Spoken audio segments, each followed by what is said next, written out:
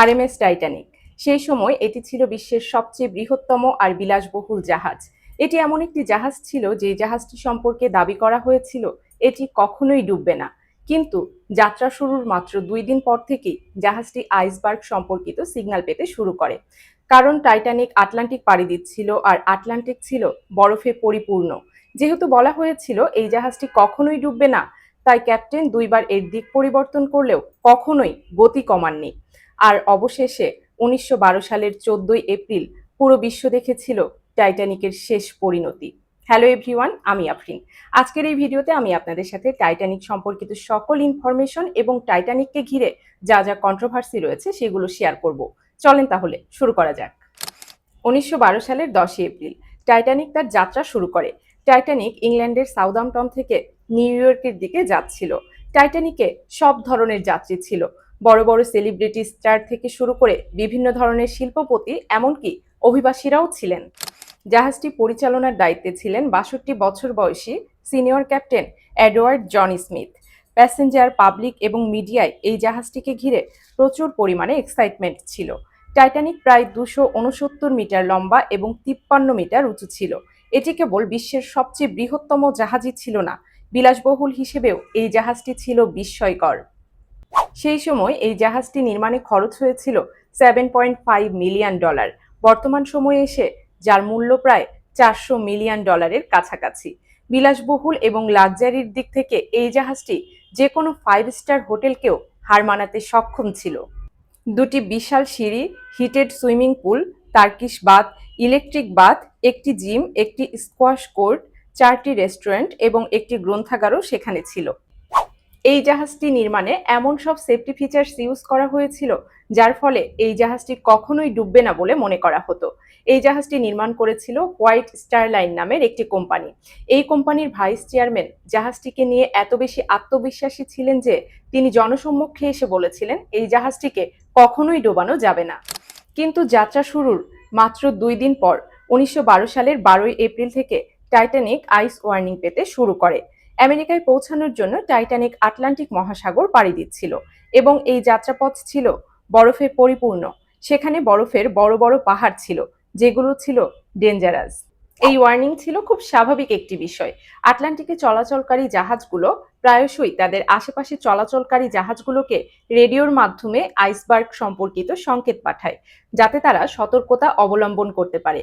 Titanic এই সংকেত পাওয়ার পরে 2বার তাদের গতি পরিবর্তন করেছিল, কিন্তু কখনোই তাদের গতিবেগ কমায়নি এবং টাইটানিকের গতিবেগ ছিল 40 কিলোমিটার/আওয়ার। এর 2 দিন পরে 1912 সালের 14 এপ্রিল টাইটানিকের কাছে আরও 7টি আইস ওয়ার্নিং পাঠানো হয়, কিন্তু ক্যাপ্টেন স্মিথ এবং তার গ্রুপ এই সতর্কতাগুলো উপেক্ষা করেন এবং সেম গতিতেই টাইটানিককে এগিয়ে নিয়ে চলেন। ধীরে ধীরে দিন শেষ হয়ে আসে, সূর্যাস্ত যায়, তার সাথে পাল্লা দিয়ে কমতে থাকে তাপমাত্রা। 14 এপ্রিল রাতের একটি বিশেষত্ব ছিল, সেদিন রাতে আকাশে চাঁদ ছিল না, যার ফলে অন্ধকার ছিল এবং সামনের ভিজিবিলিটি অনেক কম ছিল। জাহাজে একটি ক্রুজ নেস্ট ছিল, এটিকে পর্যবেক্ষণ কেন্দ্রও বলা যেতে পারে। এই ক্রুজ নেস্টে সবসময় একজন ব্যক্তিকে বসিয়ে রাখা হয়, যাতে সে সামনের পরিস্থিতি পর্যবেক্ষণ করে জাহাজ পরিচালনার দায়িত্বে যারা রয়েছেন তাদেরকে মেসেজ পাঠাতে পারে। এই ক্রুজ নেস্টে যেই ব্যক্তি বসেন তাকে সবসময় প্রচন্ড ঠান্ডার সম্মুখীন হতে হয়। যেহেতু রাত ছিল, প্রচন্ড ঠান্ডা, ঠান্ডা বাতাসের কারণে চোখ দিয়ে পানি ঝরে, যার ফলে সামনে দেখা আরো বেশি চ্যালেঞ্জিং হয়। রাত 11টা 39 মিনিটে ফ্রেডরিক ফ্লিট নামের একজন ব্যক্তি, যিনি এই ক্রুজ নেস্টের উপরে ছিলেন, তিনি হঠাৎ তার সামনে একটি বড় বরফের পাহাড় দেখতে পান। তিনি দ্রুত 3বার ঘন্টা বাজান যাতে নিচে যারা ছিলেন তারা এই মেসেজ পান। তিনি অফিসারকে জলদি ফোন করেন এবং চিৎকার করে বলতে থাকেন, জাহাজের দিক পরিবর্তন করুন, সামনে একটি বড় আইসবার্গ রয়েছে। ফার্স্ট অফিসার উইলিয়াম এই বার্তাটি শুনে দ্রুত ইঞ্জিন রুমে খবর পাঠান জাহাজকে বামে ঘোরানোর, কিন্তু আনফরচুনেটলি ততক্ষণে অনেক দেরি হয়ে গিয়েছিল। মাত্র 1 মিনিট পরে 11টা 40 মিনিটে জাহাজটি আইসবার্গটির সাথে ধাক্কা খায়। এটি কোনো ছোটখাটো আইসবার্গ ছিল না, এটি ছিল ফুটবল মাঠের সমান বিশাল আর প্রায় ক্রুজ নেস্টের সমান উঁচু। বিজ্ঞানীরা ধারণা করেন এই আইসবার্গটির ওজন ছিল প্রায় 1.5 মিলিয়ন টন, আর টাইটানিক এই আইসবার্গটির সাথে প্রায় 10 সেকেন্ড ধরে ধাক্কা খেতে থাকে, যার ফলে টাইটানিকের মেইন বডিতে ছোট ছোট ছিদ্রের সৃষ্টি হয়। আপনি হয়তো ভাবছেন এটি কিভাবে সম্ভব, বরফের টুকরো কিভাবে একটি মেটালকে কাটতে পারে। আপনার ফ্রিজে রাখা বরফের কথা যদি চিন্তা করেন, তাহলে সেই বরফ কোনো মেটালকে কাটতে পারবে না। কিন্তু এটি ছিল একটি বরফের পাহাড়। এখানে যদি আপনি একটি গাড়ির কথা চিন্তা করেন, তাহলে বিষয়টি আরো ক্লিয়ারলি বুঝতে পারবেন। একটা কাঠ গাড়ির মেটালকে কাটতে পারে না, কিন্তু যদি সেই গাড়িটা কোনো গাছের সাথে অ্যাক্সিডেন্ট করে, সেই সময়ের কথা চিন্তা করুন। সিমিলার ঘটনাই এখানে ঘটেছিল। সংঘর্ষের কয়েক সেকেন্ড পরেই জাহাজের ক্যাপ্টেন স্মিথ এবং এর স্থপতি টমাস অ্যান্ড্রুস দ্রুত ঘটনাস্থলে পৌঁছান জাহাজটি কতটা ক্ষতিগ্রস্ত হয়েছে সেটি পর্যবেক্ষণ করার জন্য। যখন তারা জাহাজটি দেখলেন, তারা বুঝতে পারলেন জাহাজটি ডুবে যাবে। তারা পুরোপুরি শকড হয়ে গিয়েছিলেন, কারণ তারা ভেবেছিলেন এই জাহাজটি কখনোই ডুববে না। আমি ভিডিওর শুরুতেই বলেছিলাম, জাহাজটির সেফটি ফিচার্সের কারণে এই জাহাজটিকে অডুবন্ত বলে মনে করা হতো, কারণ এই জাহাজটি নির্মাণে double layer safety features use করা হয়েছিল। কিন্তু আইসবার্গের সাথে যেই সংঘর্ষ হয়েছিল, সেটি হয়েছিল জাহাজের সাইডে। জাহাজের সাইডে কোনো double layer safety features use করা হয়নি, সেখানে সিঙ্গেল লেয়ার সেফটি ফিচার্সই ছিল। সংঘর্ষের 20 মিনিট পরে ক্যাপ্টেন স্মিথ তার ক্রু মেম্বারদের নির্দেশনা দেন রেডিওতে বিপদ সংকেত পাঠানোর জন্য, যাতে আশেপাশে থাকা জাহাজগুলো তাদেরকে সেভ করার জন্য আসতে পারে। Senior radio operator Jack Philips এখানে গল্পের নায়কের মতো ভূমিকা পালন করেছেন। তিনি একের পর এক বিপদ সংকেত পাঠাতে লাগলেন, কিন্তু কোনো রেসপন্স এলো না।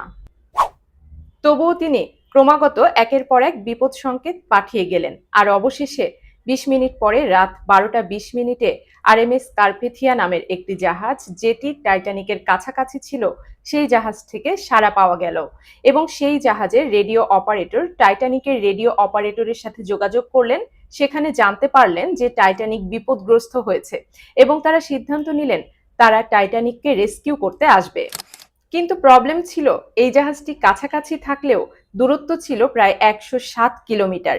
যদি এই জাহাজটি তার টপ স্পিডেও টাইটানিকের দিকে যায়, তাহলেও টাইটানিক পর্যন্ত পৌঁছাতে প্রায় 3.5 ঘন্টা সময় লাগতো। 3.5 ঘন্টা পর্যন্ত কি টাইটানিকের পক্ষে স্টেবল থাকা পসিবল ছিল? বাকি ক্রু মেম্বাররাও আকাশের রকেট ও ফ্লেয়ার জ্বালিয়েছিলেন, যাতে কাছাকাছি যদি আর অন্য কোনো জাহাজ থেকে থাকে, সেই জাহাজগুলো তাদেরকে সাহায্য করতে আসতে পারে। কিন্তু আনফরচুনেটলি কার্পেথিয়া ছাড়া আর কোনো জাহাজ থেকেই কোনো ধরনের সাড়া পাওয়া যায়নি। এদিকে ক্যাপ্টেন স্মিথ লাইফ বোর্ড ব্যবহার করে যাত্রীদেরকে সরিয়ে নেওয়ার নির্দেশ দেন। প্রোটোকল অনুযায়ী লাইফ বোর্ডে ওঠার ক্ষেত্রে নারী ও শিশুদেরকে অগ্রাধিকার দেওয়া হয়। এখন যদি জাহাজের প্যাসেঞ্জারদের কথা বলি, তাহলে প্যাসেঞ্জাররা খুব একটা বেশি ভয় পাচ্ছিলেন না, কারণ ম্যাক্সিমামে বিলিভ করেছিলেন এই জাহাজটি কখনোই ডুববে না। যেই কোম্পানি এই জাহাজটির বিজ্ঞাপন প্রচার করেছিল, তারা তাদের বিজ্ঞাপনে বারবার এই দাবি করে আসছিল। এই কারণে প্রথম যেই লাইফ বোটটি নামানো হয়েছিল, তার ধারণ ক্ষমতা ছিল 56 জনের, কিন্তু সেটিতে মাত্র 28 জন গিয়েছিলেন। লাইফ বোটটি অর্ধেক খালি ছিল, কিন্তু সময়ের সাথে সাথে কামরাগুলো একের পর এক পানিতে ভরে যেতে শুরু করেছিল। জাহাজটি কাত হতে শুরু করেছিল। ধীরে ধীরে যাত্রীরাও রিয়ালাইজ করতে পারলেন জাহাজটি ডুবে যাবে, আর যখন তারা এটি বুঝতে পারলেন, তখন তারা প্যানিকড হয়ে এদিক সেদিক ছোটাছুটি করা শুরু করে দিয়েছিলেন। রাত 1টার মধ্যে জাহাজের ভেতরে এত বেশি পরিমাণে পানি ভরে গিয়েছিল যে জাহাজটির সামনের পার্ট ডুবতে শুরু করেছিল। যখন জাহাজ ডুবছিল, তখন প্যাসেঞ্জারদের বিশৃঙ্খলা আরো বেড়ে যেতে শুরু করে। প্যাসেঞ্জাররা একজন আরেকজনের সাথে মারামারি শুরু করে দিয়েছিল লাইফ বোর্ডে ওঠার জন্য। সেখানে মাত্র 20টি লাইফ বোর্ড ছিল, যেই লাইফ বোর্ডগুলোতে মাত্র 1200 জন যাত্রী যেতে পারত, কিন্তু টাইটানিকে যাত্রী ছিল অ্যাপ্রক্সিমেটলি 2200 জন। রাত 2:05 টাইটানিক থেকে শেষ লাইফ বোটটি পানিতে নামানো হয়েছিল, কিন্তু তখনও জাহাজে 1500 জন যাত্রী ছিলেন। বিশৃঙ্খলার মধ্যে কিছু যাত্রী লাইফ বোট ছিনতাই করার ট্রাই করেছিল, আর কিছু যাত্রী তাদের ভাগ্যকে মেনে নিয়ে জাহাজেই থেকে গিয়েছিলেন। প্রত্যক্ষদর্শীদের মতে রাত 2:20 জাহাজটি 2 ভাগে বিভক্ত হয়ে যায় এবং পুরোপুরি পানিতে ডুবে যায়। কখনো ডুববে না বলা জাহাজটি পুরোপুরি ডুবে যেতে মাত্র 3 ঘন্টাও সময় লাগেনি। আর যখন এই জাহাজটি ডুবে গিয়েছিল, তখনও জাহাজটিতে 1500 জন যাত্রী ছিলেন। তারা হয় জাহাজের সাথে ডুবে মারা যান, অথবা যারা সাঁতার জানতেন তারা হাইপোথার্মিয়ায় মারা যান, কারণ পানির তাপমাত্রা ছিল -2°C। এই তাপমাত্রায় পানিতে পড়লে হাইপোথার্মিয়ার কারণে কয়েক মিনিটের মধ্যেই মৃত্যু হয়। বলা হয় যে টাইটানিকের ক্যাপ্টেন এডওয়ার্ড স্মিথ শেষ পর্যন্ত স্টিয়ারিং হুইলেই ছিলেন এবং জাহাজের সাথেই ডুবে মারা যান। আবার কেউ কেউ বলে তিনি নিজের উপরে গুলি চালিয়ে সুইসাইড করেছিলেন। টাইটানিককে উদ্ধার করতে যেই জাহাজটি রওনা দিয়েছিল আরএমএস কার্পেথিয়া, সেটি ওই লোকেশনে পৌঁছায় ভোর 3:30 থেকে 4টার মধ্যে। দুর্ঘটনার 1 ঘন্টা পরে পৌঁছেছিল। এই জাহাজটি তাদেরকে উদ্ধার করতে পারেনি যারা টাইটানিকে ছিল, কিন্তু যারা লাইফ বোর্ডে ছিল প্রায় 705 জন, তাদের সবাইকে সাকসেসফুলি উদ্ধার করেছিল। টাইটানিক ডিজাস্টারের পরে অনেকগুলো প্রশ্ন সামনে আসে, বেশ কিছু কন্ট্রোভার্সিও সৃষ্টি হয়। অনেকগুলো তদন্ত পরিচালনা করা হয় এই টাইটানিক ডিজাস্টারকে ঘিরে এবং এমন কিছু তথ্য সামনে উঠে আসে যেই তথ্যগুলো সবাইকে অবাক করে দিয়েছিল। কেমন লাগবে যদি আমি বলি সেই রাতে টাইটানিক থেকে মাত্র 37 কিলোমিটার দূরে আরও একটি জাহাজ অবস্থান করছিল এবং সেই জাহাজটি সময় মতো পৌঁছে টাইটানিকের যাত্রীদেরকে উদ্ধার করতে পারত। এটি সত্য। এই জাহাজটির নাম ছিল এসএস ক্যালিফোর্নিয়ান। টাইটানিক আইসবার্গের সাথে ধাক্কা খাওয়ার মাত্র 1 ঘন্টা আগে এসএস ক্যালিফোর্নিয়ান থেকেই লাস্ট ওয়ার্নিং মেসেজ পাঠানো হয়েছিল। এরপর রাত 11টা 15 মিনিটে ক্যালিফোর্নিয়ান তাদের রেডিও অপারেটরটি বন্ধ করে দিয়েছিল, কারণ তারা আর সেই রাতে যাত্রা করতে চায়নি। কিন্তু ক্যালিফোর্নিয়ান টাইটানিকের এত বেশি কাছে ছিল যে টাইটানিকের ডেকে বসা যাত্রীরা সেই জাহাজটিকে দেখতে পাচ্ছিলেন। যখন টাইটানিকের ক্রুরা প্যাসেঞ্জারদের লাইফ বোর্ডে ওঠাচ্ছিলেন, তখন তাদের মধ্যে একজন বলেছিলেন, একটি জাহাজ দেখা যাচ্ছে, তারা দ্রুতই আমাদেরকে সেভ করতে আসবে, তাই চিন্তার কোনো কারণ নেই। কিন্তু এই জাহাজটি তখনও সাড়া দেয়নি যখন রকেট এবং ফ্লেয়ার ছোড়া হয়েছিল। জানা যায় 12টার পরে টাইটানিক থেকে ছোড়া রকেট এবং ফ্লেয়ারগুলো ক্যালিফোর্নিয়ানের নাবিকেরা দেখেছিলেন এবং তারা তাদের ক্যাপ্টেন স্ট্যানলি লর্ডকে বিষয়টি অভিহিত করেছিলেন।